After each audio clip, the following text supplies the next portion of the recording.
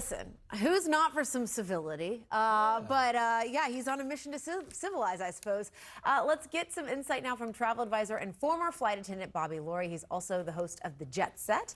Good to have you here with us. We just played a little clip there from Secretary Duffy, who's also said, and I'm paraphrasing here, but essentially stop wearing your pajamas on planes. What do you think about all of this? I think it's kind of funny to bring up the whole pajamas into the situation because, when you watch those in-flight altercations on any social media platform, the first thing you're doing is not looking at what they're wearing. But I think there's a lot more at stake to be worried about than people wearing pajamas because, what someone deems to be dressed up could be dressed down for somebody else. And, at leisure wear, some people wear it daily, whereas some wear it just when they're going to the gym.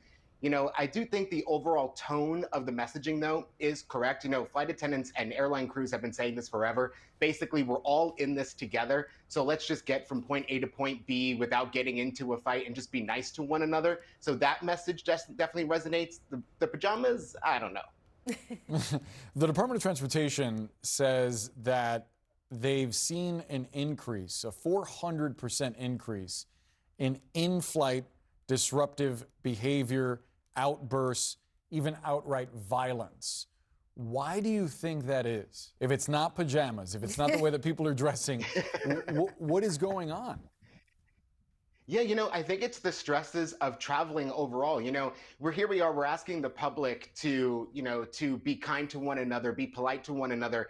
But then again, when you get to the airport, you're dealing with the airline staffing issues, infrastructure problems, delays, cancellations, and the airlines and the crews are not really being supported with the tools, or the ground staff for that matter, in order to make the travel experience less stressful. And that takes a toll on everybody. And you're right, the in-flight altercations has been on the rise. It really peaked during COVID. It did come down coming out of the pandemic, but it's still not lower than what it was pre-pandemic.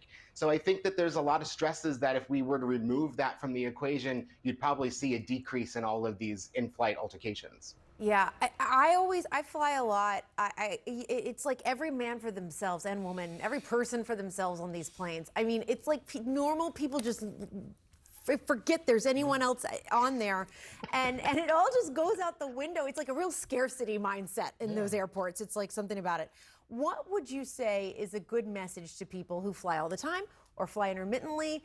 Maybe they're just trying to get through the day, but like, what's one thing, hey, on the other side of this as a flight attendant, I wish you knew this. Mm-hmm.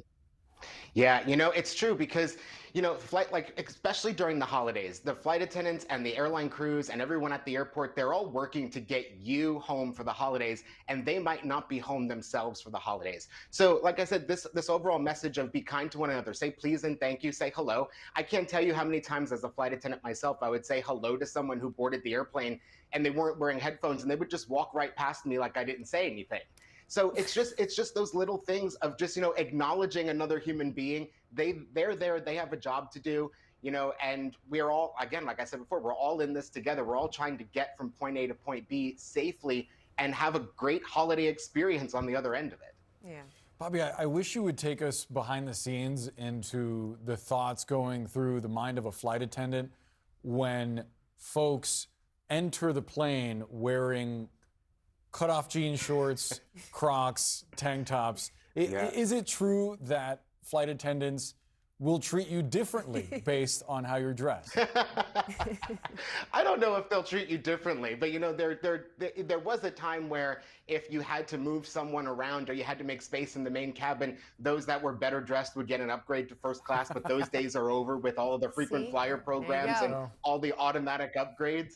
But, a lot of airlines actually have their own dress code built into their contract of carriage, which, of course, no one really reads. They just click agree when they buy their plane ticket and they move on. So, flight attendants are looking for things like that. But also, during the boarding process, flight attendants are watching everyone who boards because in the event of an emergency, you can call on passengers to help you. So you are taking a look at who would be a good able-bodied person is what they call it to actually get out of their seat and help you deal with the situation. And someone with really short cut-off shorts, that's going to be an issue going down an emergency slide because your legs will burn on the fabric of the slide itself. So that's not someone you would call on right away.